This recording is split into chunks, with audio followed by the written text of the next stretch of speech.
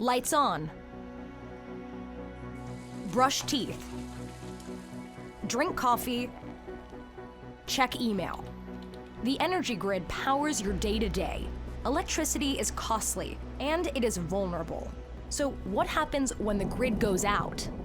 Bloom Energy is not the grid, but they power big companies, helping them transition off the grid with the fuel cell-based energy they call a Bloom box.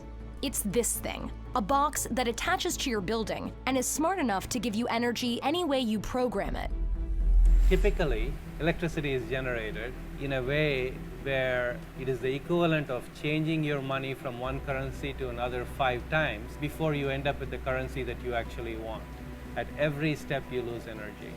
What the Bloom box does is it takes a fuel, converts that into electricity with no in-between steps.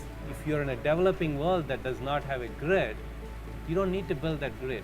We remove the need for massive scale, large, ugly power plants to a very sleek-looking, small box that can be next to your office, your commercial building, your neighborhood, right there where you need it. KR came up with the idea while working at NASA. He was trying to figure out how to get astronauts power and oxygen on Mars when he stumbled upon an electrochemical reaction that put off a lot of energy. This is a fuel cell. This is the fuel cell. And you'll notice it's got 2 sides. Right. The green side is the side that interacts with fuel. On the back, the black side is the side that interacts with air. We'll bring the fuel flow across here, and then on the back side, air will be coming across the same kind of way. The two are ready to react. You've got the fuel, which has been broken up into smaller pieces like hydrogen. That's ready to react with the oxygen ions coming through. That's what ends up giving you the cell voltage, where we get about 1 volt from each one of these guys and enough electricity to power a light bulb. So essentially, the fuel comes in on the top, the air comes in on the bottom, and through a series of hops, skips, and jumps, you're able to produce electricity. Exactly. This is the separator plate that we use to connect one cell to the next cell.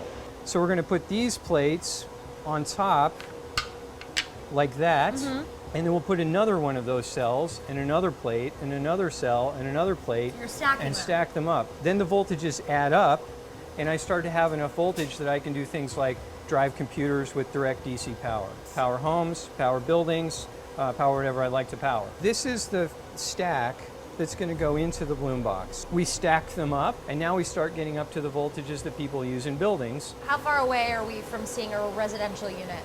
As we keep working on this, this is the kind of thing that makes internal combustion engines obsolete. These are the Bloom boxes here. Yeah, and the beauty of this is you can unplug one while everything else is operating and put a new one in, and the customer will not lose power. Yeah, hot swappable. And how many of these do you need to power, an entire manufacturing plant? This is 3 systems that you're looking at, and that powers our entire factory. The entire factory is being powered by these boxes right here. These boxes right here. Another way to think about it is about 600 US homes can be powered by this system out here. Bloom has received over $1 billion in funding, and they had planned on an initial public offering by 2013. But that deadline has since passed, raising questions from clean tech skeptics about the company's profitability. Who are your customers right now? We have Walmart. eBay is a customer. Apple's iCloud. We have Morgan Stanley as a customer. For each of those customers, we are saving them money, we are reducing their carbon footprint, and we are giving them higher reliability power. Who is going to be the future Bloom customer? The future Bloom customers are customers who today don't have access to electricity. They are people who either can't afford it or have absolutely no access to it. Just as a personal computer changed the world, just as a cell phone changed the world, a personalized electricity generator is going to change the world. Imagine a future where anyone can be their own power provider. That's the reality that Bloom Energy CEO KR Sridhar set out 16 years ago to create. Now, he's selling that story to public market investors. Bloom Energy just began trading on the New York Stock Exchange Wednesday morning. We have a very simple value proposition. Number 1, we are more reliable and resilient than the grid. Number 2, we are cleaner than the grid. Number 3, we save them money. Bloom sells what it calls energy servers. They're customizable systems that generate power for customers like Morgan Stanley and AT&T without the need to connect to a power plant. These high-tech boxes run on natural gas or biogas 24 hours a day, 7 days a week. In the past 5 years, only 1% of American IPOs have been alternative energy companies, and it's been a year and a half since the last one went public. Clean tech had been riding a popularity high on the tail of the more than $100 billion the Obama administration piled into the industry. Under the Trump administration, enthusiasm for the space has faded, along with many of the government tax credits and other incentives for clean tech. Yet the reinstatement of an investment tax credit for fuel cells in the massive tax overhaul bill worked in Bloom Energy's favor. The cost of fuel cell projects has also declined as the systems have become more efficient. For years, Bloom had been racking up a huge deficit totaling $2.3 billion, but the company's financials are finally turning a corner. In the first 3 months of this year, revenue quadrupled compared to the same period in 2017 to $121 million. The world needs reliable electricity. We've gone from a mechanical age to a digital age, and we are a solution. An alternative energy company that's inching closer to profitability is a reality that public investors can get comfortable with. Alex Barinka, Bloomberg News, San Francisco.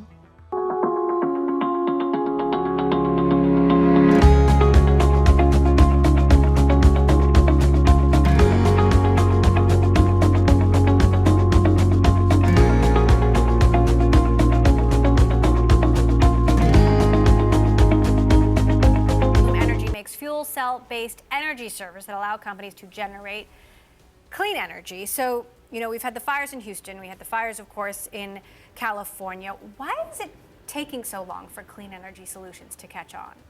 So this is a scale problem of a very large infrastructure in a place where electricity is becoming a human need a lot more so than it was 100 years ago. Just think about the normal brick and mortar that did not depend so heavily on electricity. Today it's going digital. Digital runs on electricity. And that electricity has to be reliable, resilient, clean, affordable, and accessible. And so energy is a multifaceted issue. And what we try to bring is not any one element of it, but a platform that can integrate all these 5 elements together. So explain what Bloom Energy does. I mean, you basically use natural gas to make electricity. So we use natural gas or biogas to generate electricity. We have a Bloom Energy server that comes right next to the premises. Imagine a Home Depot store. Right in the back of the store, we can put this Bloom Energy server. Natural gas, the same gas that comes to heat your house, goes through a pipeline at very low pressure, goes into our system. There is no fire, there is no combustion. Using a proprietary electrochemical process, using a fuel cell, we convert the chemical energy to electrical energy without any fire. And that creates clean energy for the... Now, Bloom Energy was founded almost 2 decades ago. You did just go public. But when it was founded, it sort of, there were these great expectations about clean tech having its moment. And clean tech still really hasn't had its moment unless it's slowly happening now with Tesla. Why do you think that is? If you look at the first cell phone and how long it took for cell phone to become commonplace and mainstream, if you look at the first PC and how long it took, it was about 3 to 4 decades. So if you look at where we are on that curve, I'm extremely confident. Already we are becoming mainstream. Businesses are more and more relying on distributed energy generation, which is part of clean tech. And now, 10 years from now, you'll see a lot more adoption. So is the moment 10 years from now? The moment is now, and that momentum will pick up and become even more ubiquitous 10 years. So when do we see the money? I mean, Bloom Energy still isn't profitable. On a non-GAAP, without stock-based compensation, we have been net income positive the last 2 quarters we have reported. So, and we are expecting that trend to be strong in the second half of this coming year. We announced that. So we are very confident we'll be financially sustainable and profitable as we go forward. So, with the PG&E and the California fires, PG&E is going to be filing for bankruptcy. There's a loss of confidence in the whole grid. What do you think the fallout from that is going to be, and how will it affect clean energy? So more and more companies are going to rely on microgrids. The way for you to think about a microgrid is, should there be something wrong with the macrogrid, which is the utility, you can isolate yourself and have this building have the electricity and all its needs taken care of using a microgrid. And those will be Bloom-like systems along with other energy sources integrated, storage, solar, whatever you have, into a microgrid. In the last 3 years, we have had more than 50 installations of microgrids for our corporate and industrial customers. In fact, just now we're going to announce today and tomorrow two different companies. One is Extreme Networks, their headquarters in Silicon Valley, because they've lost power so often, are using a microgrid for their headquarters. So you actually power some big customers, big tech customers, Apple, AT&T, SoftBank, Walmart, Home Depot. As the grid changes, how do these problems with outages and, we just saw a big Facebook server issue, how do those problems get smoothed out? The microgrid will be significantly more reliable and more resilient. Let me give you an example. We actually powered the Osaka fish market. There were 2 super typhoons, and there was a 6.7 earthquake right in the and the epicenter was half a mile from where our energy servers were.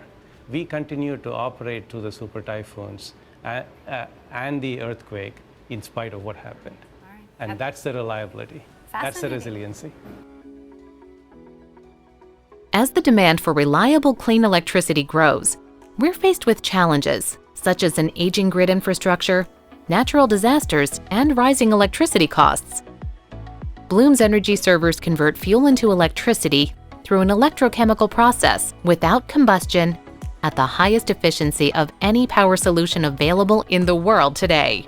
Designed for modularity, similar to a building block, any number of our systems can be clustered together in various configurations to form solutions from hundreds of kilowatts to tens of megawatts. Solid oxide fuel cells consist of 3 parts: an electrolyte, an anode electrode, and a cathode electrode. An electrolyte is what the electrical ions move through in a fuel cell. For a solid oxide fuel cell, the electrolyte is a solid ceramic material. The anode and cathode are made from special inks that coat the electrolyte. Unlike other types of fuel cells, no precious metals, corrosive acids, or molten materials are required. Next, an electrochemical reaction converts fuel and air into electricity without combustion. Operating at high temperature, warmed air enters the cathode side of the fuel cell. Meanwhile, steam mixes with fuel, entering the anode side to produce reformed fuel. As the reformed fuel crosses the anode, it attracts oxygen ions from the cathode.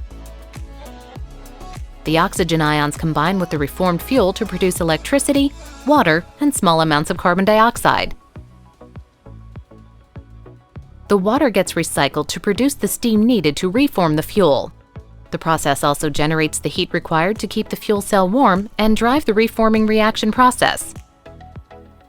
So long as fuel and air are added, the process continues producing clean, reliable, affordable energy.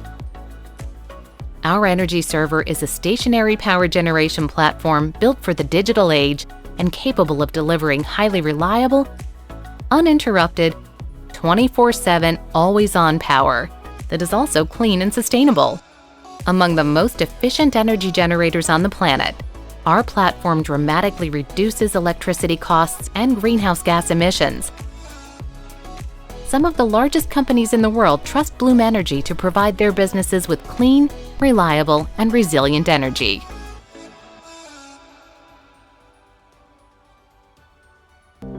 The world requires more energy and not less for our digitization, industrialization, raising the levels of people's economy. The world becoming more digitized is a good thing. There was similar fears when industrialization came out and the world was getting mechanized from being just human energy. We are seeing a similar revolution in digitization. Bloom Energy was created 24 years ago, and it was created exactly for this moment.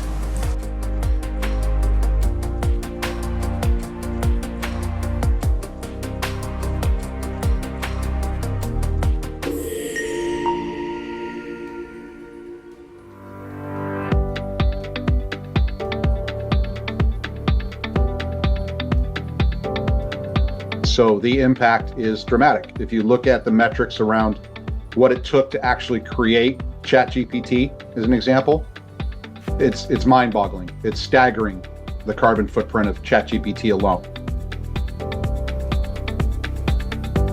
The obvious answer is more renewables, microgrids, behind-the-meter implementations with probably a myriad of energy sources. Wind, solar, and battery storage. However, wind and solar are intermittent.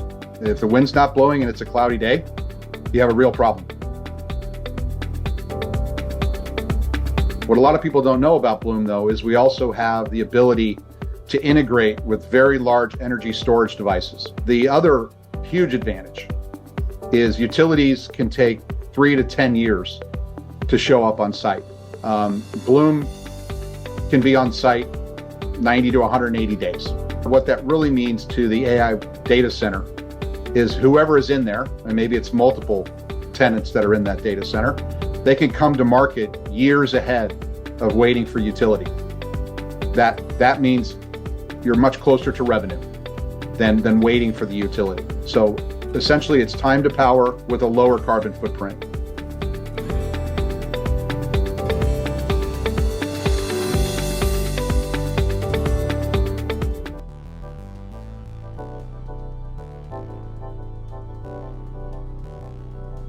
Bloom Energy, a global leader in solid oxide fuel cell and electrolyzer technologies, has announced a landmark project to deploy fuel cells at the largest single-site installation in history.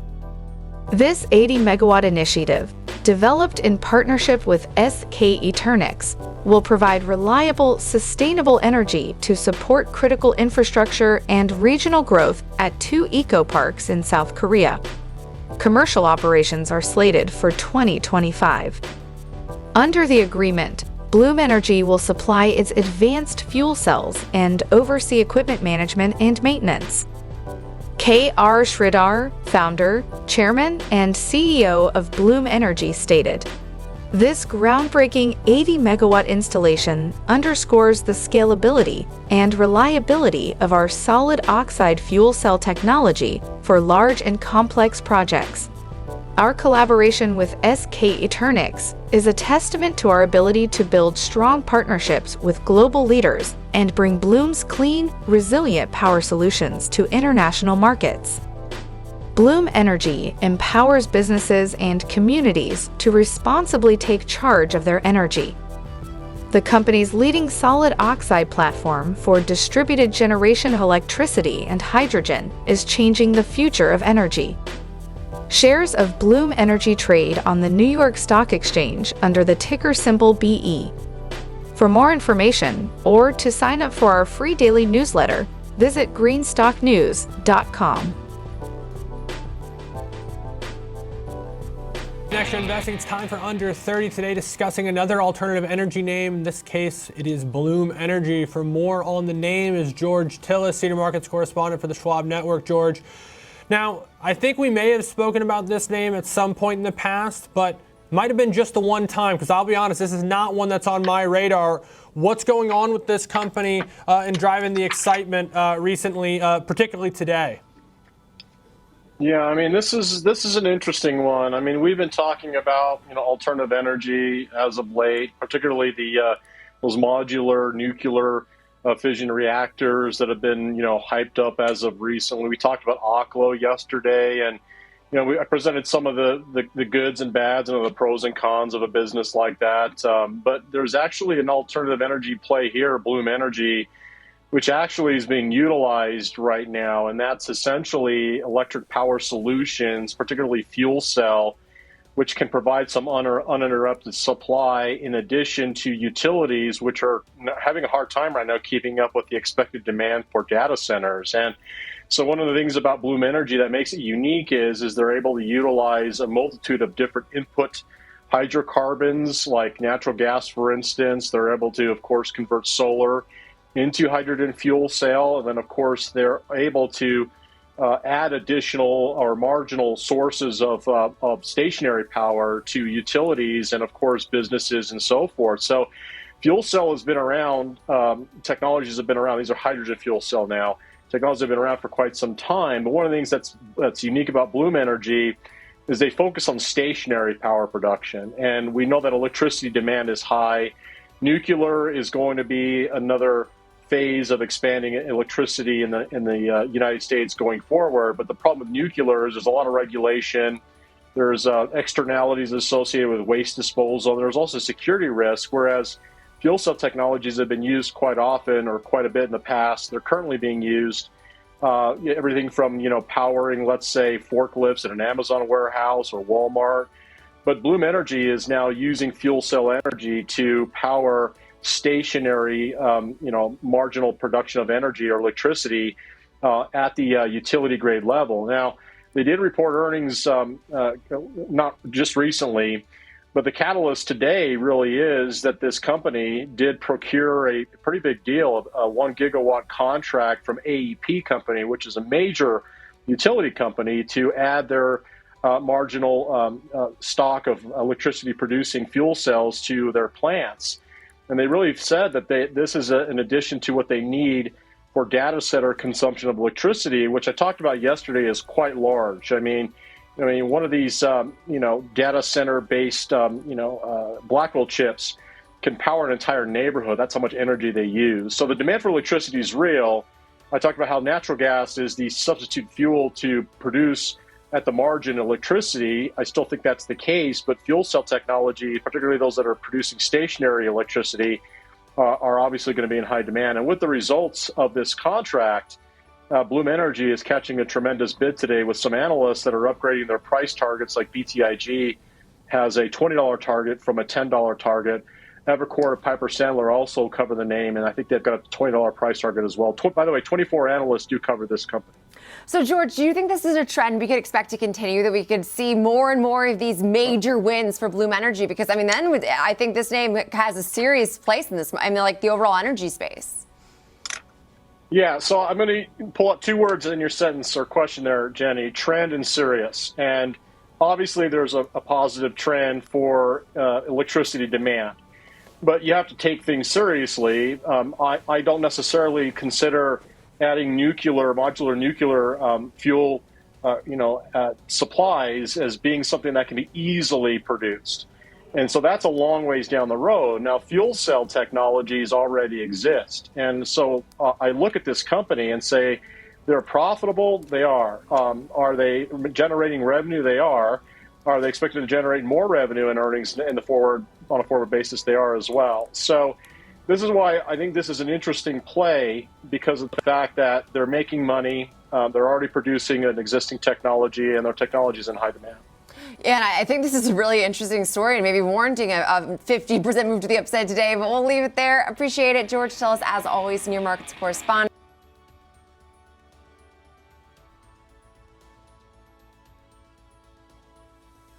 Been working with data centers for a very long time now. We have over 300 megawatts in multiple data centers across the country. These are the smaller data centers called the edge data centers that are located where customers are, somewhere in the 5 to 10 megawatt range in a particular site. So we have transacted close to 300 megawatts. So we are a known player to data centers. Now with the hyperscalers, what's the difference? It's a much larger data centers. These are now particularly more important in terms of growth because of AI and the amount of power they need. And currently, these hyperscalers, as they are growing very fast, the transmission distribution is not able to keep up with providing those hundreds of megawatts of power right at the site where you need it within the time that you need it. Maybe 5 to 6 years, they may be able to provide the power, but the data center really wants it today. They want it now. So we are a perfect solution under those circumstances because our Bloom Energy servers can be deployed in a matter of months right where the customer is, thereby not worrying about the transmission distribution gridlock and providing that reliable, clean, always-on power to the data center. So that's the reason this happened. And here what happened is the electricity provider, AEP, said, we don't make nuclear power plants, we don't make gas turbines, we don't make fuel cells. We're agnostic, we'll buy your systems. And similar to us using those other power sources to provide power to the customer, here we can take your fuel cells and take the power you produce and give it to the data center. However, the big advantage here is we can put these fuel cells right where the data center is, thereby avoiding the transmission distribution issue. So, Kara, I mean, just, I didn't know much about your company before, so just reading up here, it's like right company, right place, at the right time with the right technology, and boom. Talk to us about how good your fuel cells are. How would I know whether your fuel cell is better, more productive than, say, a competitor? That's a great question. So let me go away from fuel cells just into electricity for the customer. At the end of the day, we all provide a service or a product to our end customer. That electricity that a data center takes has to be clean. It has to be always on and reliable 24/7. It needs to have a pay-as-you-grow characteristic, and it needs to be future-proofed in terms of sustainability. Bloom Energy is one of those solutions that offer all of the above, no ors. It's the genius of and. So we are the most efficient way of taking natural gas and making electricity out of it without combustion. Because we don't combust, there is no NOx, SOx, particulates, anything going into the atmosphere. So there is no local air pollution. And if you look at our system, they're like Lego blocks. You put many of these Lego blocks, hundreds of them, to be able to provide power to a data center. If any one of them has to be serviced, you can just hot swap them in and out. So the reliability and the resiliency of our systems are very high. And and you can pay as you grow. Data centers, even though they build a big data center, don't start that entire data center on day one. They may do 1/3 of the load, and then a few months later, they may add additional load. As they're adding the load, they can add more and more of our fuel cells. You can't do that with a gas turbine. You can't do that with a nuclear power plant. So we bring all these attributes in. So I would say we are ideally suited for this AI data center market. Oh, now the financial terms were not disclosed. I appreciate that. So I'm going to ask about the money a different way. How easy was it or difficult was it to come to an agreement on price with AEP? In this particular case, it was fairly easy to come to that agreement. Nothing is easy, but relatively speaking. And here is why. There are 3 parties involved. Actually 4. The data center customer, AEP, the public at large where this is being installed, and Bloom Energy. We were able to put together a win-win-win-win for all 4 of these stakeholders. Why is that? Number one, let's start with the public at large. With other kind of provisions that were being contemplated, the fear of the ratepayer was because the hyperscaler is going to get a large amount of power from the transmission distribution company, they will end up carrying the bill. In this construct, AEP made sure none of the costs associated with putting these fuel cells and providing that clean power to the data center will cost the ratepayer any money. So that was a win for the ratepayer. Number 2, for the data center. For the data center, the price of not having power on time is significantly greater than the cost of power. If you just think about the race in AI and who has to get there competitively, so time to power was the key metric, and they would pay a slight premium to be able to get that, and that penciled out. For AEP, they were able to grow their customer base, give them their growth needs without disintermediating them and having them go to some other state, which is what has been happening in places like Virginia, where data centers are moving away from there because there is not enough power. So it was a win for AEP in retaining their customer and taking care of their customer and making money. For Bloom, Whether we are in front of the meter or behind the meter, it is the same thing. Whether we sell it to AEP, who then provides the power for the data center, or we sell to the data center and they provide it and they take their own power. For us, we are agnostic because we get to make the sale and we get the gross margins on the product. Joining me now is KR Sridhar. He's the chairman and CEO of Bloom. KR, everyone suddenly wants to hear about your company. Welcome. Thank you for having me. What's your key innovation? How did you get to be Bloom? We always said there is going to be a future where the digital economy needs digital electrons. What do we mean by digital electrons? They need to be reliable, they need to be clean, and you need to provide abundance of them right where you need to use the power. So the power needs to be generated where the power needs to get used as an addition to transmission distribution. You see, the amount of highways that bring electrons, which is the transmission, the high voltage transmission, this country has about 250,000 miles. That is all the way from Earth to Moon. If you were to think about it, that's the distance. Now, as these large data centers require significant amounts of power, if you can generate some of that power right where you need it, you can reduce the congestion on those highways. Interesting. And we are able to do that reliably and cleanly and future-proof it for zero carbon one day. So when I see fuel cells, I can't help but think of Elon Musk's derogatory term for them as fool cells. That was years ago, to be sure, and this is probably a different application. But do you think there's been a tremendous amount of growth in this space that is now, and just kind of talk through the science of it? Why is he wrong? So the science of it is very simple. You are going to require a molecule and convert that molecule to electricity.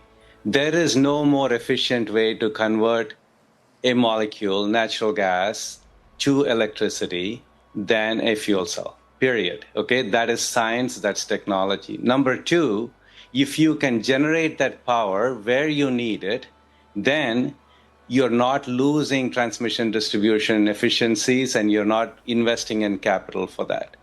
Number three, because it is on site, it is a lot more reliable. If our hospitals, if our data centers cannot afford to lose power, transmission distribution in a climate changed world where hurricanes and flooding and earthquakes and wildfires happen, that's not the best way to do it. This is a solution against that. So it is a perfect complement to the transmission grid that we have. So we need all of the above. And the most important thing, Kelly, is the world needs a lot of power. This country needs a lot of power for us to be the number one AI leader.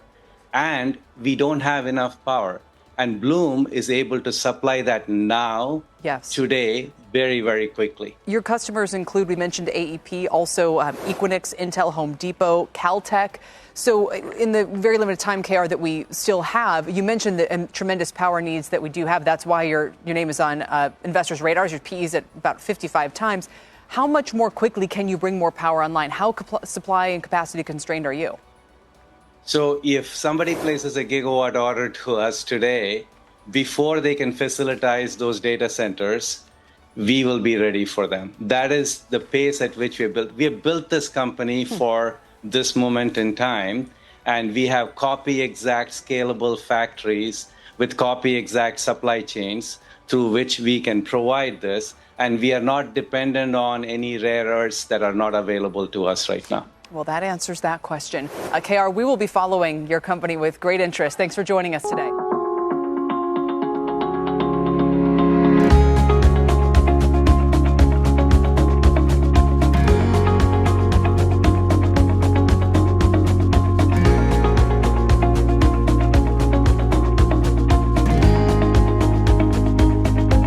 About how AI is specifically impacting and driving growth at your business.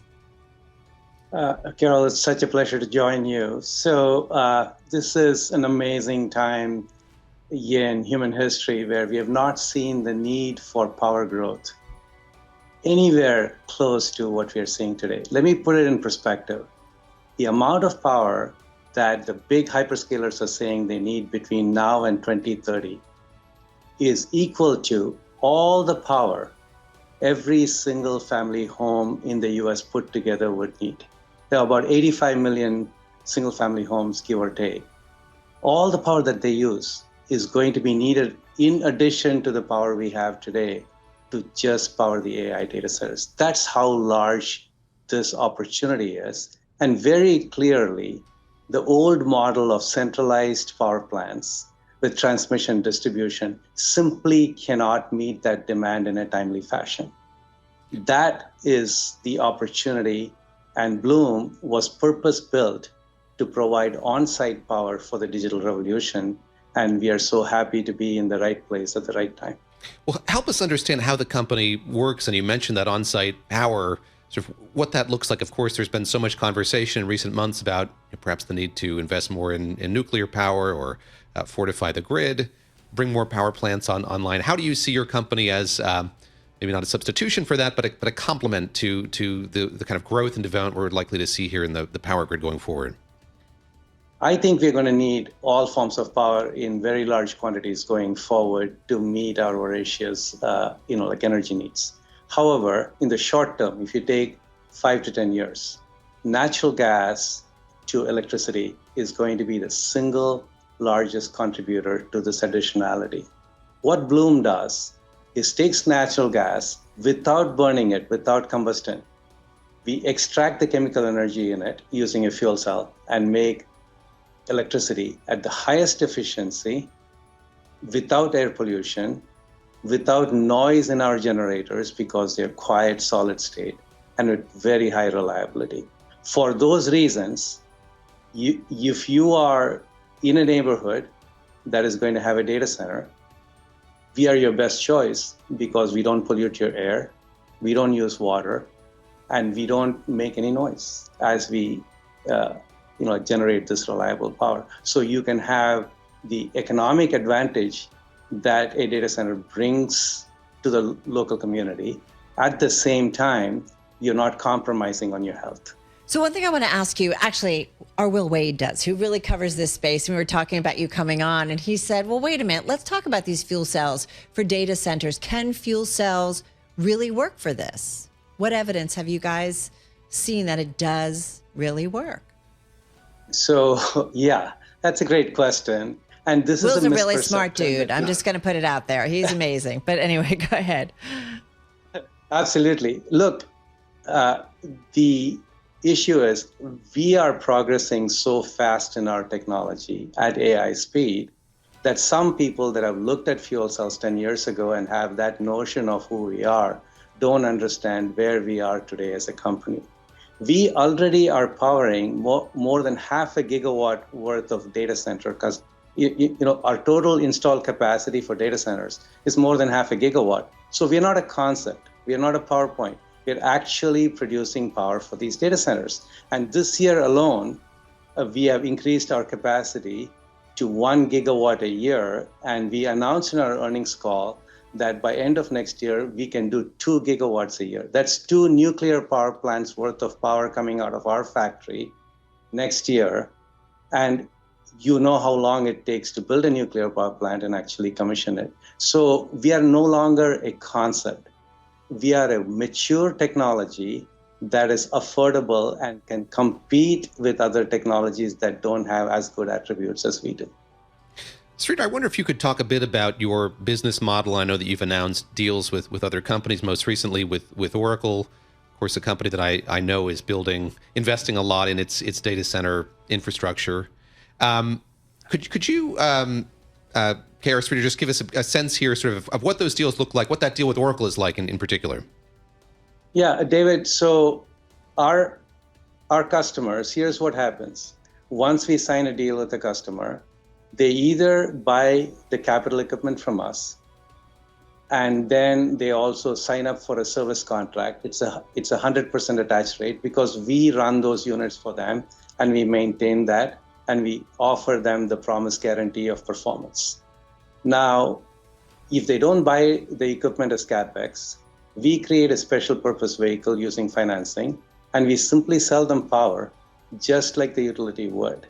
except this is on-site and highly reliable and clean.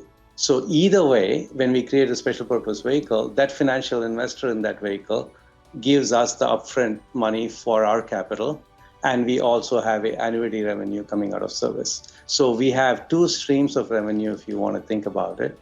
Installed capital equipment that gets paid to us when we ship the equipment, a continuous service annuity over the tenure of the contract. That's how we make our money, irrespective of whether the customer actually buys the capital equipment or a third party buys the capital equipment and then charges the monthly rate from the customer. Hey, KR, I'm curious. I'm looking at one of my favorite functions on the Bloomberg. It's the supply chain function, and I'm looking at your customers. Your biggest is, I think, American Electric Power Company, but I'm also looking at Alphabet, Microsoft, sound familiar. These are some of the hyperscalers. Tell me how they are amping up their business, because they're the ones who are doing the massive AI spend, but it looks like they're a very small part of your business. I'm just curious about what's the conversations you're having with them. Are they ramping up to do more with you? That would be very telling. Yes, the answer to your question is very simple. In the past, these hyperscalers would spend all their capital equipment just on building the data centers, and they could simply pick up the phone and call the utility company and they would provide the power.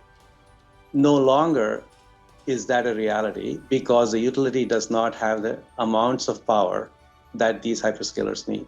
So now, electricity, power, which is what ultimately the data center needs to monetize the data center, is a supply chain that comes from the common good called the utility. So they have to own that supply chain, or they have to procure from that supply chain. Right. We are very much an integral part of that supply chain, and we are having conversations with all the hyperscalers today. And you have seen the announcement at Oracle. Expect to see similar things coming soon. Our American Electric Power contract was actually for AWS, which is another hyperscaler. I wonder if you could situate your company and this industry in the moment that we're in. So we're coming out of an administration that was doing a lot to support or encourage the adoption of alternative energy. So I say this is an administration that's not doing that. There's much less impulse to do that going forward here. What do you see here as the ideal role of government in encouraging the adoption of technologies like yours? In other words, if you'd like to see fuel cell technology take off, be more widely adopted, what is the role of government in making that happen, if any? I think a simple role that they can play going forward is the US government, between the various government functions, the military and the intelligence, is the largest procurer of electricity. To be able to purchase electricity from technologies that are made in America. We are a made in America technology. No other country in the world has the technology that we have. So they should embrace us, and they should give us an opportunity to serve the US government, the US military, and US intelligence, and make us a really strong country. One thing I was also curious about, and I'm looking at your market cap, it's almost about $9.6 billion, and it is this excitement over AI. There's all the money that's being spent, KR, on the build out, and I get that, but I'm just curious. Then there's going to be the maintenance, and we might not need as many workers, and we're all trying to get our head around whether the boom, the bust part of maybe AI. After the build out, what is the business for you? Is it maintenance? Is it replacement values? I'm just curious. Thank you for asking that question, Carol. The build out is just the tip of the iceberg. Why would these large hyperscalers spend close to $1 trillion worth of capex just this year alone if all that they're going to do is that build out? That's the training data centers. The inference data centers will be at least an order of magnitude larger than these training data centers, which are the foundation building blocks. Every factory, every bank, every law firm, they're going to have inference data centers close to the edge. And these edge data centers are going to be located where you all live, where people are, where equipment is. And in those congested cities, getting the additional power needed 10 to 20 megawatts in every edge data center, which is an inference data center, we are ideally suited not just for the large data centers, but for these edge data centers, because we are non-polluting, we are quiet, we are reliable, and we can provide it on site very quickly.